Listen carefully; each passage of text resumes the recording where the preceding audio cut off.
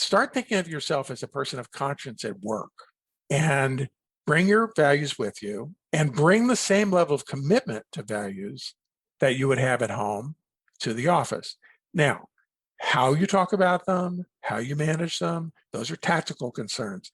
But if you have the motivation, if you have the commitment, if your identity is invested in this, then the rest of it will start making sense. Welcome to You Belong in the C-Suite podcast. You are ambitious in life and in your career, but something is missing. You want to bring more of your passion to what you do. Because let's be honest, you pour a ton into your work, and it needs to mean more. I'm your host, Laura Eigel. I'm a mom, wife, PhD, coach, advocate, introvert, and indoor rowing fanatic.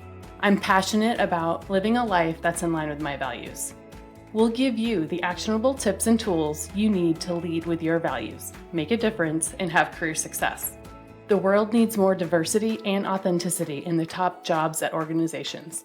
Your leadership belongs there. You belong in the C-Suite.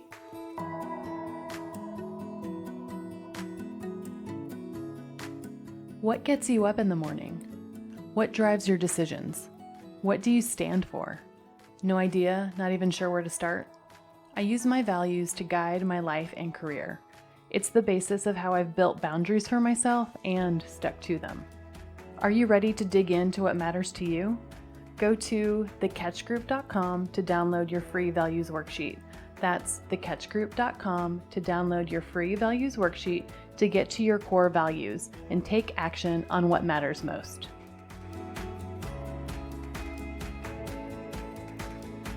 Welcome to this week's episode of the You Belong in the C-Suite podcast. This week, we are talking to Richard Shell about his new book, The Conscience Code. Richard Shell is a global thought leader and senior faculty member at one of the world's leading business schools, the Wharton School at the University of Pennsylvania. He serves as the chair of Wharton's Legal Studies and Business Ethics Department, the largest department of its kind in the world.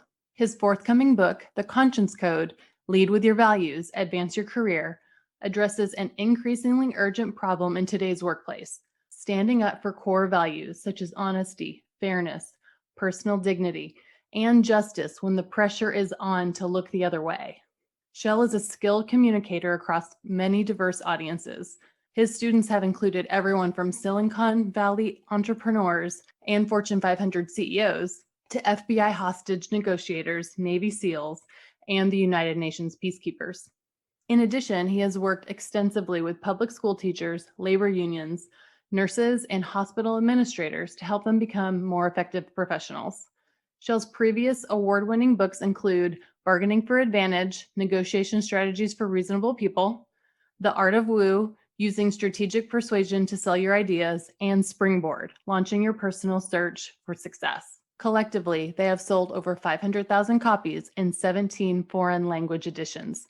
He has written for and/or been featured in the New York Times, Wall Street Journal, Washington Post, Fast Company, Inc., Financial Times, U.S. News and World Report, USA Today, Time, HuffPost, Real Simple, Bottom Line Personal, and Men's Health.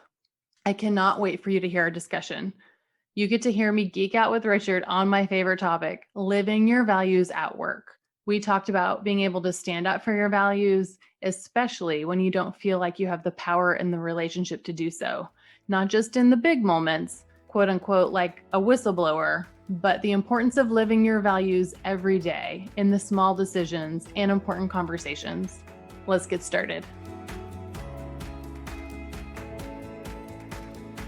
Well, I am so excited to welcome to the You Belong in the C-Suite podcast, Richard Shell, with us today. We are so excited to discuss one of my favorite topics, which is values. And you have a new book that has just been released called The Conscious Code, Lead with Your Values, Advance Your Career. Welcome. Thank you, Laura. Thank you for having me. A pleasure to be here. Well, what inspired you to write about this topic and why now? Well, it's a great question. The inspiration really came from a course that I teach at the Wharton School, where I'm a professor, and I helped to lead a redesign of our MBA curriculum, and we created this required course called Responsibility. So I volunteered to teach it. I was figured, if you're going to design some sort of meal, you ought to try eating it yourself first. So, but in the context of teaching that, I got exposed to just hundreds of stories from my MBA students who were coming to us ages 28 to 32. They'd already had one or two jobs out of college. They're obviously very talented people. They'd worked for some very prestigious firms, some of them, but it didn't really matter whether they'd work for the high flying, investment bank or the startup or the consulting company in, Texas. It was just a lot of value conflict examples, some where the students had been successful in managing them, and many where they had come to regret how they handled them. And so that experience of listening to these millennials, Gen Z, sort of expressing a craving really for tools and perspectives on how to manage these unwanted, but pretty expectable, pretty predictable conflicts over values, brought me to the thought that maybe a book on this subject would be helpful. And I remember specifically one student had an adventure in the fashion industry. She dreamed of being in the fashion industry. She got into it, and her boss, after about a year, her boss hit on her and actually groped her at a restaurant at a dinner. And she managed it. She knew there was no chance this guy was going to get anywhere with this behavior.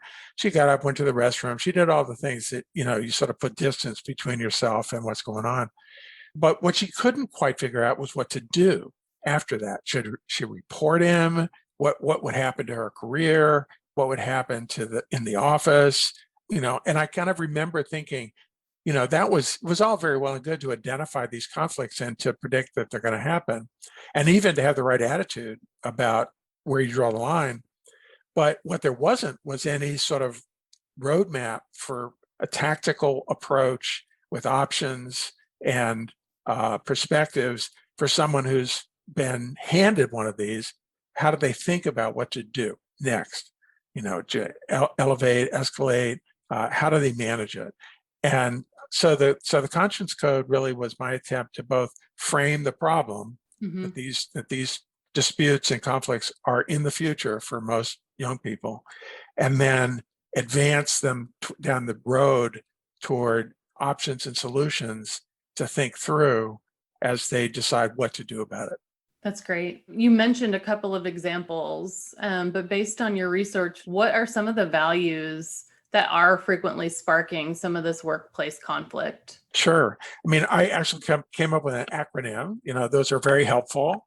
And the 5 values that I sort of highlight in the book as being the sort of vortex of these kinds of conflicts, I use the acronym CRAFT, C-R-A-F-T, with the C standing for compassion, which I think is really the values of protecting people and promoting safety and preventing harm and welfare. So, and the example that I just gave you of a woman who's the victim of sexual assault, really, I mean, the guy was not just harassing her. That's that sort of gets to a number of these. The second one, the R, is respect. And so that's certainly one of the values that she felt had been invaded there. But whether to act on it or not, which was her problem, actually sort of impacts the compassion value, because he's going to keep doing this. And if nobody calls him on it, they're future victims. And her ability to manage that more successfully, where she could actually have helped to prevent this happening in the future with this person, would have been acting on that compassion value for future victims. So CR, compassion, respect. A for accountability, holding people accountable. And holding people accountable, not just for ethical violations of a typical sort, lying, cheating, stealing, but also accountability for doing things right. It's often the case that managers will take a shortcut that affects the quality of what your work is. They may even take credit for your work. And then the client feedback is negative, but no one's holding this person accountable for the behavior that they've become habituated to. So holding people accountable to standards is the A. And then the F is fairness and justice, unequal pay for unequal work, racism, sexism, the hiring, firing, all the wrongful dismissal, all the issues that sort of swirl around fairness and justice in the workplace. And then finally, truth, T for truth. And that's dishonesty, lack of transparency, a lack of willingness to be truthful. Oh, thank you so much. And I love that there's an acronym to remember them too. So when we think about millennials and Gen Z within organizations, some of them might be just starting their career like Gen Z. Millennials some of them are in mid-career at this point, right? I think some of the oldest millennials are almost 40 now. Right. But some of them still might not be in a place of authority. They might be early in career, mid-career.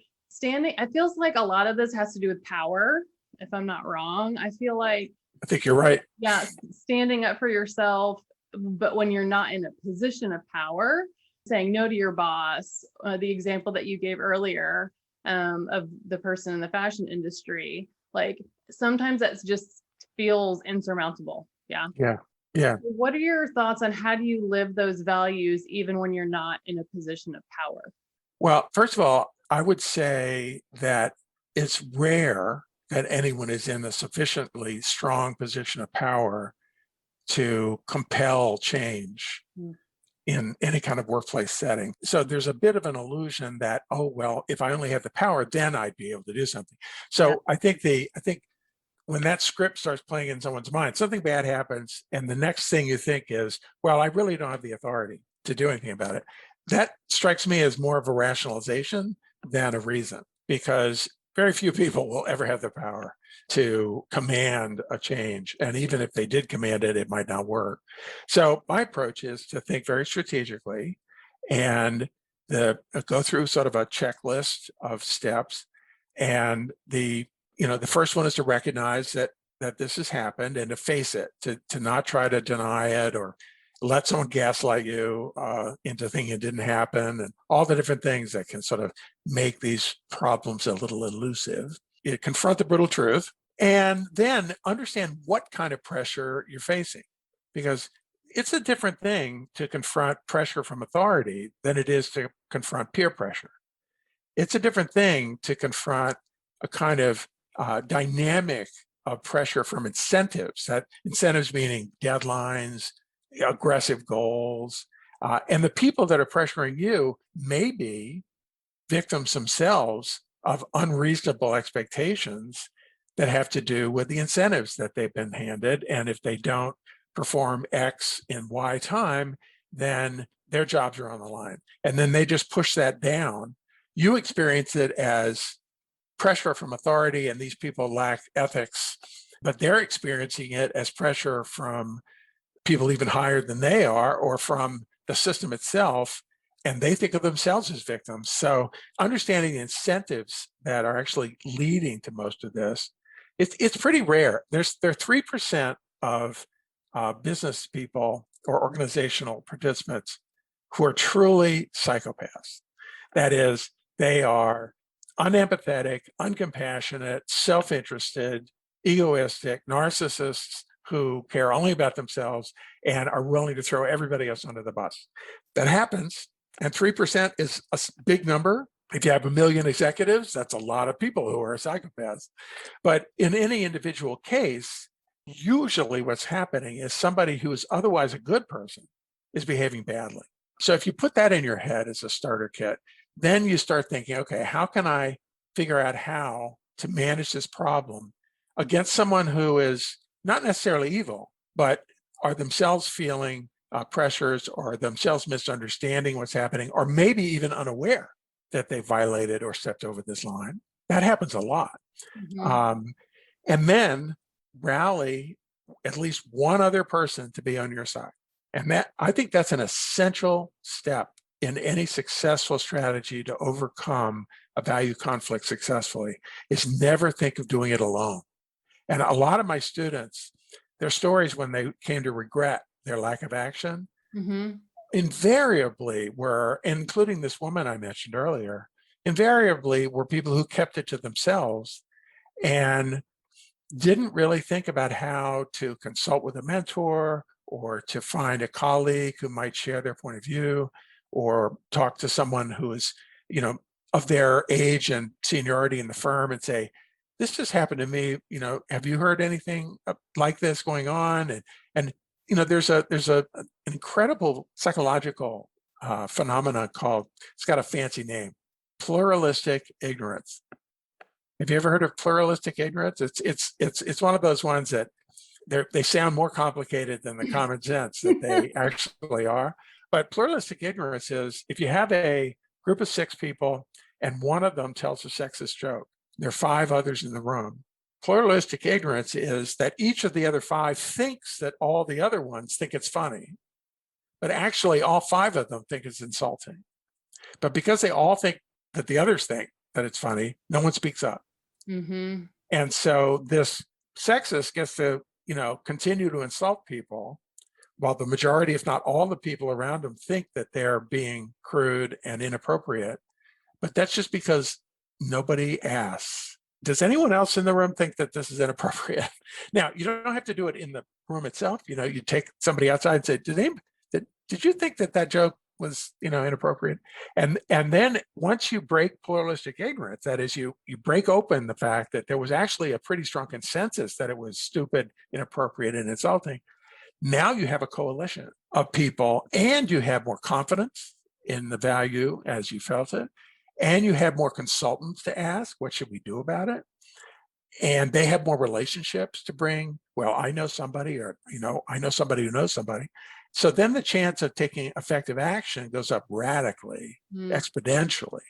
So power of 2, is a really important early step in taking action that even without formal power, you have the power of the standards of the firm, you have the power of the norms of a good workplace where many of the people actually believe in those norms, but there's some strong, assertive, dominant people who are acting inappropriately. But the norms are important. They can actually marginalize even a dominant personality if you have enough people in the room who believe the standards being violated. And they can sort of nudge the person into awareness that even if they don't believe it was insulting, they can change their behavior so that people don't have to live in this toxic environment. So these are the kinds of tools I talk about in the book that are very strategic, simple, anyone can do them, but they don't work if you don't try them. So, you need to have a little tactical sheet to think through. It feels like it's not if, but when some of this stuff is going to happen. And it feels too like, many organizations kind of say that they're values based in their culture, but sometimes it feels like it's lip service, especially with now millennials and Gen Z. They are really wanting these value based organizations. And I'm even finding this with my coaching clients that some organizations haven't, and we were just talking about this before we started recording. Right. Some organizations have not risen to the level of expectations of their employees through the pandemic or the Me Too movement or, just racial injustice. And what can you do to prepare in advance for some of these conflicts? Just to understand, at some point, there will be a time where my values as an employee are going to be challenged. Yeah, I think that's really important. I think the very first thing, and it's something I emphasize in my class as well as in the book, is to think about yourself differently. Because if you're going to have the courage to meet the moment, you have to think of yourself differently before the moment happens. And my own phrase that I think is really useful for people to incorporate in terms of their personal identity is person of conscience. You're not a whistleblower, you're not a rabble rouser, you're not a radical, you're not a troublemaker, you're not anything. You're just someone who brings their conscience to work. And everybody has areas of their lives where their conscience and their values are the everyday guides to behavior. It might be in their family, it could be in their religious community, it could be in their secular community, in their school districts or whatever. And you're not gonna let something like a teacher in your school district prey on children without being both outraged and appropriately effective in taking action and thoughtful. And you'll spend some time on it, even if you don't have any power. I mean, you're not the superintendent of the school district. You're not the principal of the school. My view is start thinking of yourself as a person of conscience at work and bring your values with you and bring the same level of commitment to values that you would have at home to the office. Now, how you talk about them, how you manage them, those are tactical concerns. But if you have the motivation, if you have the commitment, if your identity is invested in this, then the rest of it will start making sense because you're going to say, I am a person of conscience. These values are important enough for me to take action on. And even when an organization is only giving apparent lip service to a value like transparency and everybody's meeting behind closed doors, and meetings are never happening really, but don't tell anybody, but the value is still out there. And there is somebody in that organization that is committed to it. And there may be a lot more than you realize because organizations are complicated and they often exist in silos, little units. And one unit can have a toxic culture while the unit in the next office can have a thriving culture. So rather than generalize, oh dear, I'm in a toxic office, it's a toxic company and it's not walking the walk. Mm-hmm. Start thinking about where in this organization might this value have some traction. And that's where social networks help. That's where mentoring systems can be helpful. Social networks where you can sort of start inquiring. It's just me, but it seems like the office bullies are kind of winning the war here. And I'd like to know where I can talk to someone about this and just, brainstorm what are some ways that we can cope with it. At the end of the rainbow, most of these kinds of behaviors are legally risky for firms to engage in. And so there actually is more leverage on the part of the employees to affect change if they can get to the right office who owns the risk and say, we have a risk here. And I'm just trying to help the firm protect itself. So how you frame things and making sure that you say, find the people who own the liability or the whatever it ends up being. I personally don't believe legal liability is a great way to frame a value. But if you're in a culture where that's the only currency, use it. I don't think there's any reason not to use it.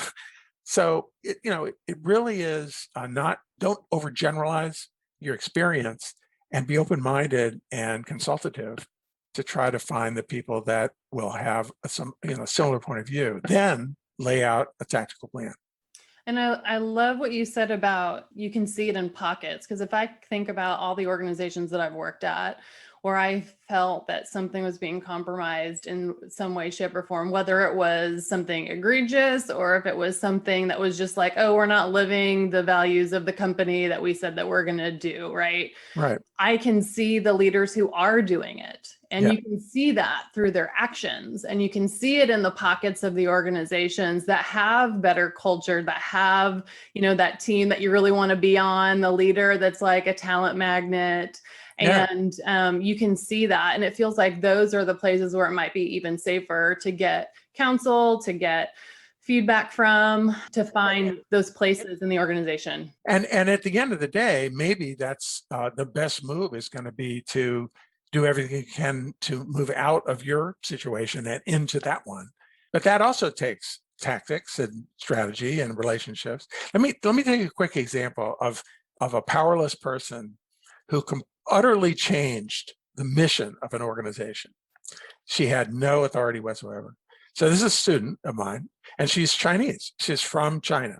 So she was, before she came to Wharton, she was in an agricultural agency in China, a state organization that was making grants to rural communities for economic development and trying to get people up and working. And she became aware of the fact that the leader of this Chinese group was corrupt. He was making sure that all the grants were going to his home province, where all his uncles and aunts and cousins and nephews lived, and they were getting all the money. And nobody else was. And so the mission was compromised. Now, she was way down the tier, and she knew because of her information, she was in the flow of the grant making. So she could see what was happening. And it's China, for crying out loud. I mean, we're talking about an authoritarian government with, you would think hierarchy would be overwhelming.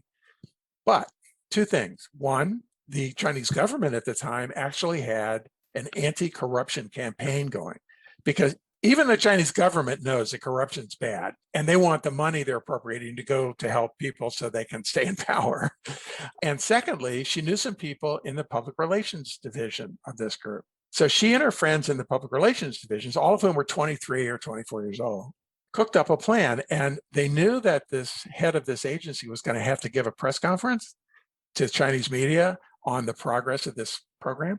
And in China, the press sort of are owned by the organizations. It's not an independent press.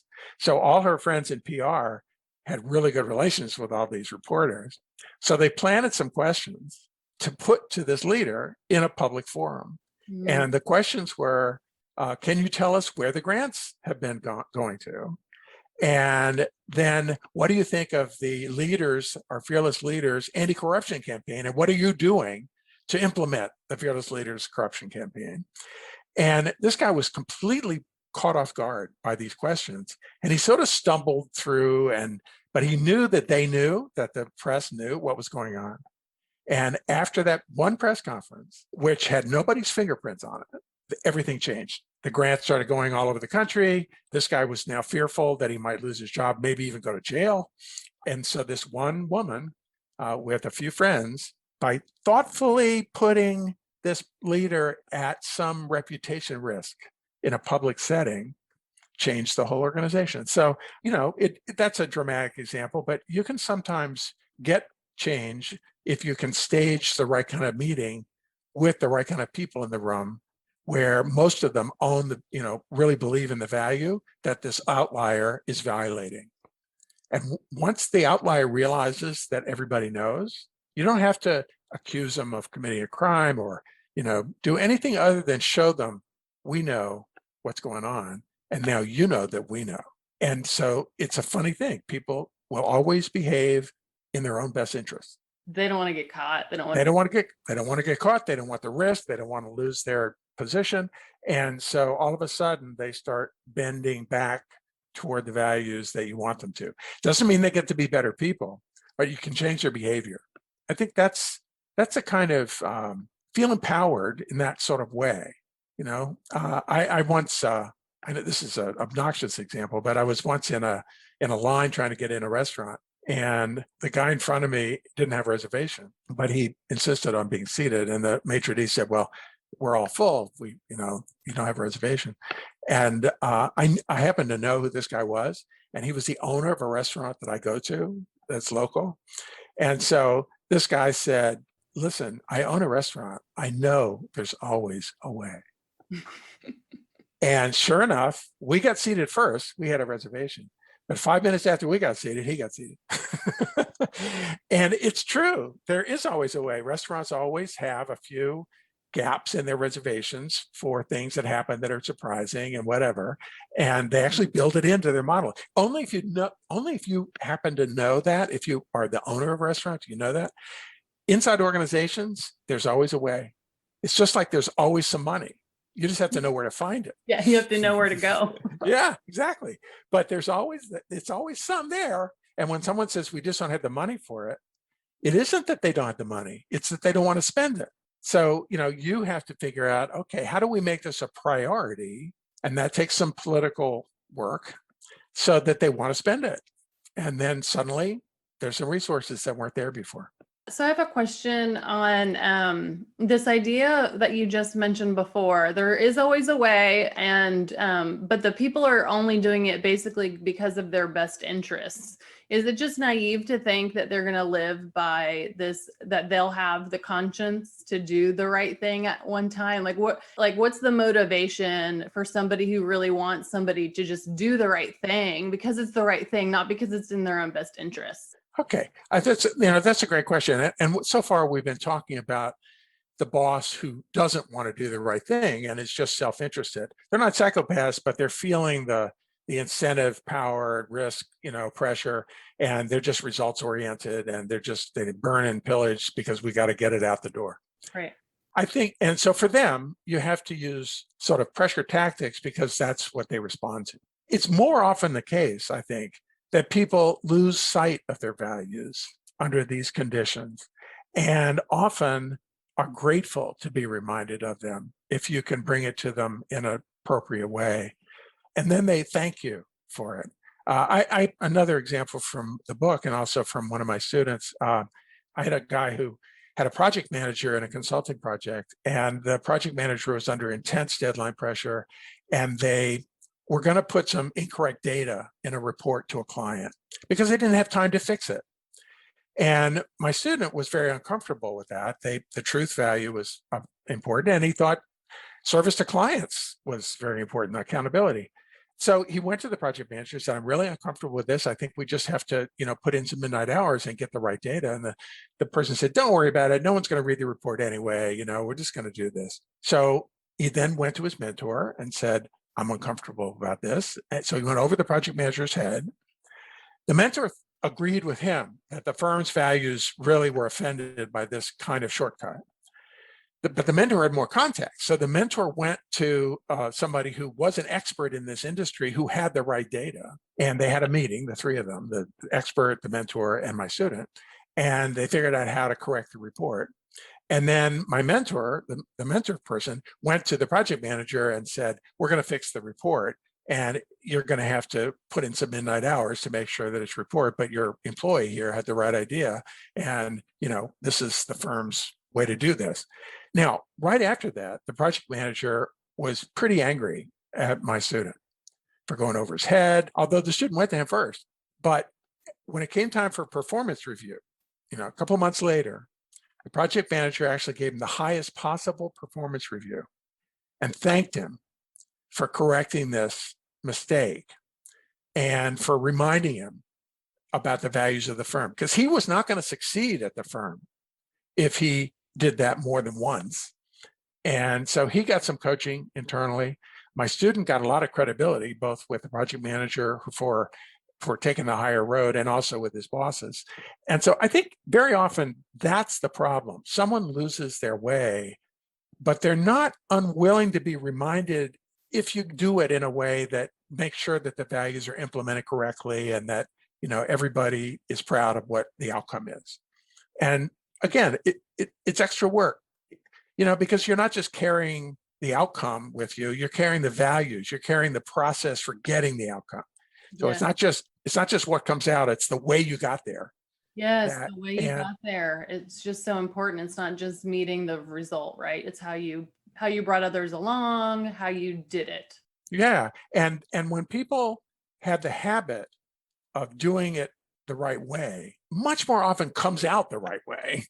And it also is a process you can be proud of. And that's often what firms really care about, is high quality, both process and result. Because, if you get the right result for the wrong reason, you're asking for trouble next time out. You get a questionable result, but you use the right process, then statistically, you're going to get the right result most of the time. And the firm is going to be very happy with the explanation that we followed the process, but whatever happened, happened. So I think values are process variables. It's truth and honesty. It's concern for victims of potential harm. If you're working for a healthcare organization, the welfare of the patient is job one.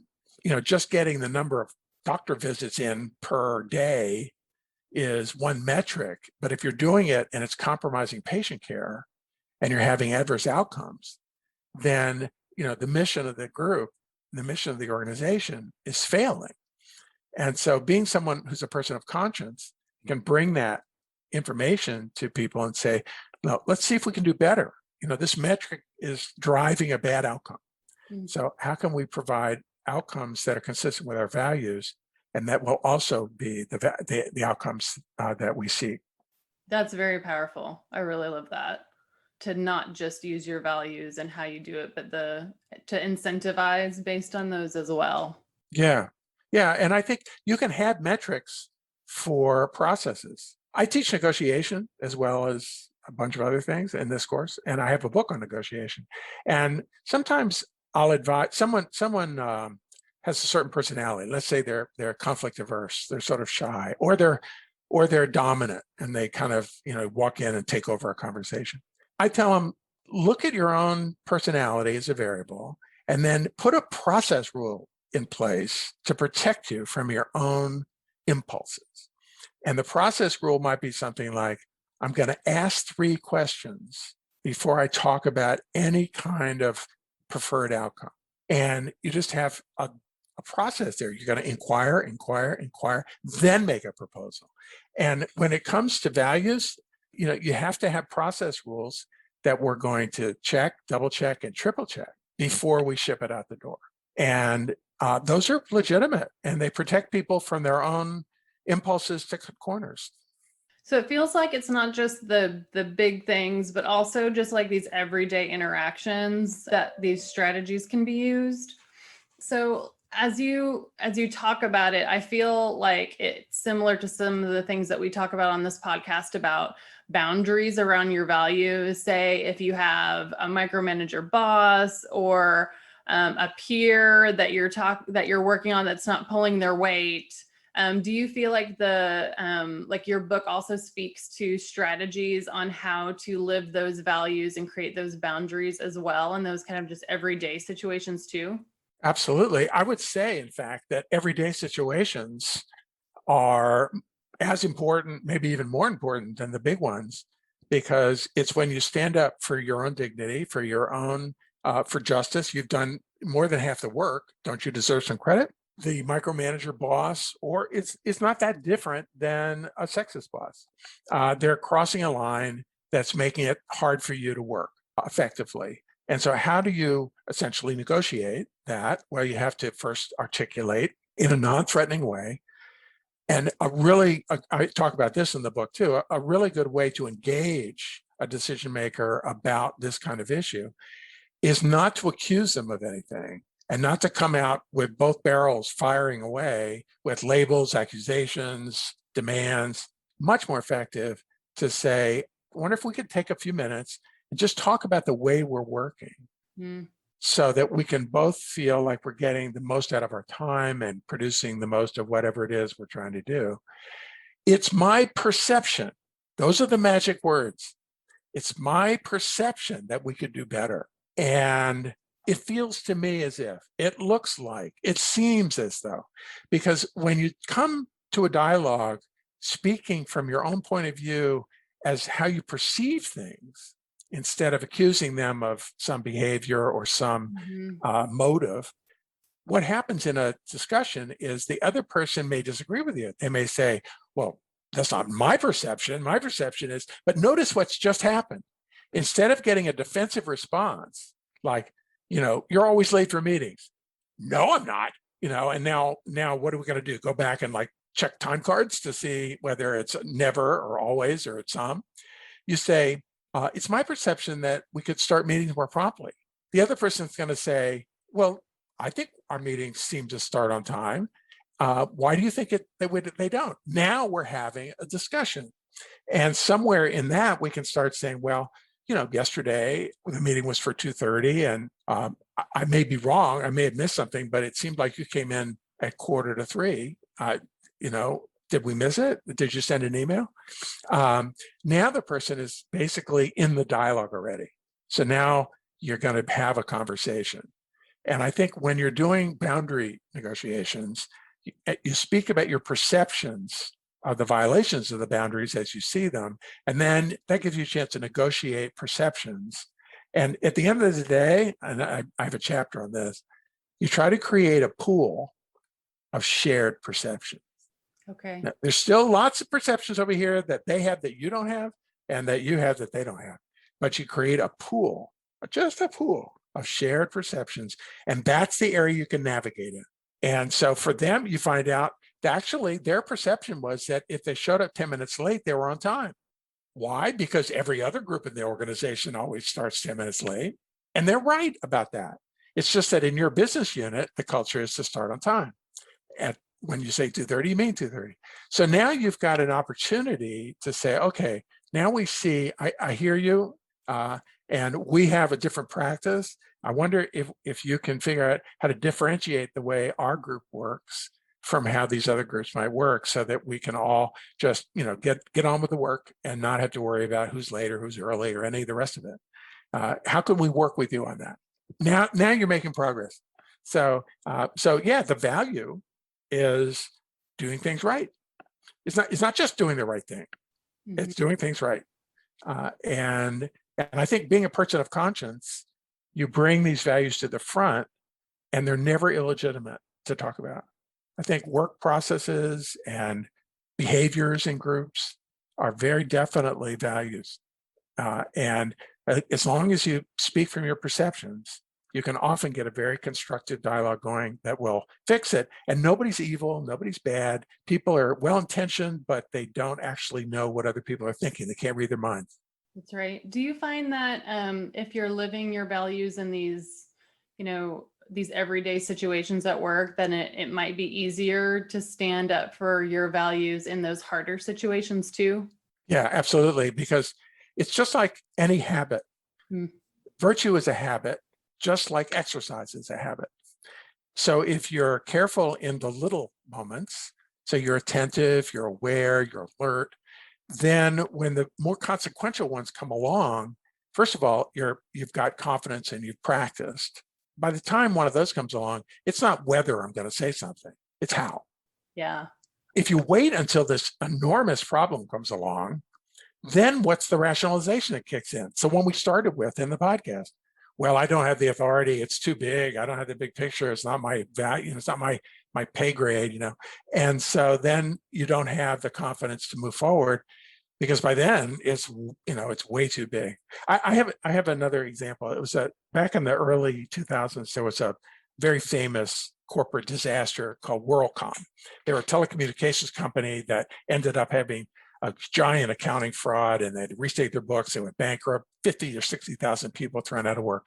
But it all started when the CFO and the controller went to two bookkeepers and said, "We have a problem in the next quarter. We have to enter a couple of accounting entries that were not actually illegal entries. They were on the gray area, but they were, you could justify them under some theory or another. But they didn't want to put the entries in. So they went to these two bookkeepers and said, "We just need you to put these entries in just this once to make sure that we meet the street's expectations in the next quarter." And the bookkeepers were uncomfortable. They knew that this wasn't exactly the right thing to do, but they didn't have the big picture. They lived in a small town. They were fearful of losing their jobs, all the different things that would naturally come up. And so they did it. And then the next quarter came along, and the two bosses came and said, "Well, we need to do it again." And they said, "What, you just said just this once." I said, "Yeah, but the economy's not working as we expected." And now where are the bookkeepers? They've already started down the road of helping commit a fraud. Mm-hmm. So for them to blow the whistle now, they're blowing it on themselves. And so this accounting fraud went on and got bigger and bigger and bigger. And these two bookkeepers stuck with it as co-conspirators. They got deeper and deeper and deeper until it finally all blew up when a very courageous internal auditor tracked it all down and brought it to the attention of the board of directors and so on. But they went to jail. Now, they're both good people. They went to church every Sunday. This little move that they'd made, the first time someone told them to do something that they had doubts about, their consciences told them that was wrong. They lost their chance by not calling in the little one out. Mm-hmm. And they are already into the big one, and they were part of it. So the little ones are where the war is fought, in my view. No, I really like that context and that story. It puts it the frame around it that it's the everyday that matters, right? Yeah. One last question for you. How can this help by leading with your values? How are you building a career? How can that aid in your career advancement, as the title says? Yeah, no, it's a bold title. It says the Conscience Code: Lead with Your Values, Advance Your Career. Most people think it's career or conscience. Mm-hmm. And my thesis is it's conscience that leads to a successful career. Mm-hmm.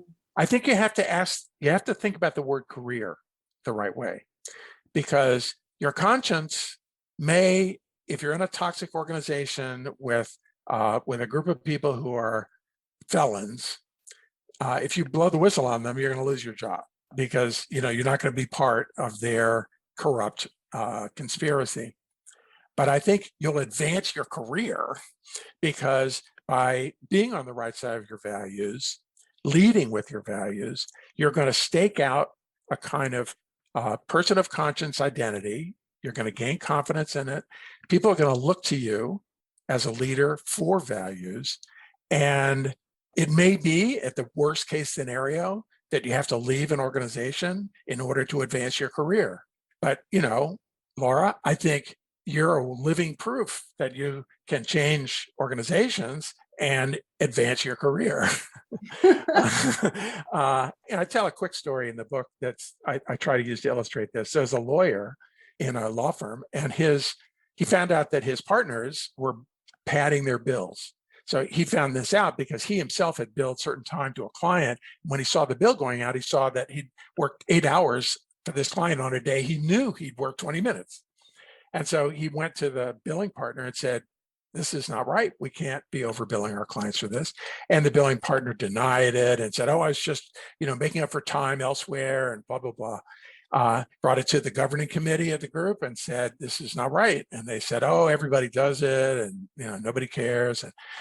And so, at the end of the day, he had to quit. He just couldn't be part of an organization that was going to say that that was okay.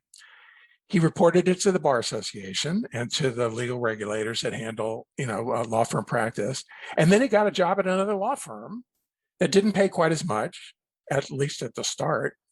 But let's look at that. Did he advance his career by that move? I think he did. Yes. He's now working with people who share his values. He's feeling good about his job. He's getting to do stuff he loves to do with people he actually likes to work with and respects. And had he stayed there, he would have gradually gotten more depressed about what he was doing and more cynical about his whole professional life and ended up really hating himself for going along with it. So I think a lot of personal success, and that's in the authentic, who do you want to be in this world? Yeah. Comes from self-respect in the work you do and the way you do it. So I think advance your career means that this is the pathway to an honest living. And with an honest living, your life will be filled with much more tranquility than it will be if you allow yourself to be corrupted by your environment. I love that so much. And it's the fulfillment that you have by living a life of your values. And think of all of the amazing work that individual is doing and just his everyday life of fulfillment. I'm sure he's living all of his values by getting out of that environment. And when his children come to him and say, Dad, someone's asking me to cheat in school, what do you advise? And down path A, he was cheating at work. What's he going to do? Tell his child, oh, you can't cheat. And now he feels even worse about himself. Or he can say, well, son, let me tell you a story. I used to work for people that wanted me to cheat, and I tried to change them. They wouldn't change. And so I'm now working for people that don't cheat. And, cheaters never win. And he's got a story to tell, and he can look at his kid in the eye, and his child's going to respect him as a father. I love that. Well, thank you so much. I'm really excited that this book is out in the world. And I just thank you so much for your time today and this really great conversation. Thank you, Laura. It's really a privilege to be here. I appreciate you asking me. I am still thinking about this conversation. Being a person of conscience, values as a habit. Richard's book, The Conscience Code, Lead with Your Values, Advance Your Career, is now available. Run to Amazon to get your copy now that has actionable tools to have these important conversations in your everyday work and life. The book is filled with even more real-life examples of people living their values and standing up for what matters most to them. That wraps up our episode. Remember, your leadership belongs here. You belong in the C-suite. I want to thank you so much for listening to the You Belong in the C-Suite podcast. If you are enjoying this content, then be sure to subscribe to the podcast so that you don't miss a show. Editing and support for this podcast is from S&E Podcast Management. To get more tips and tools to help you live a life guided by your values, go to thecatchgroup.com. Keep your boundaries and take care.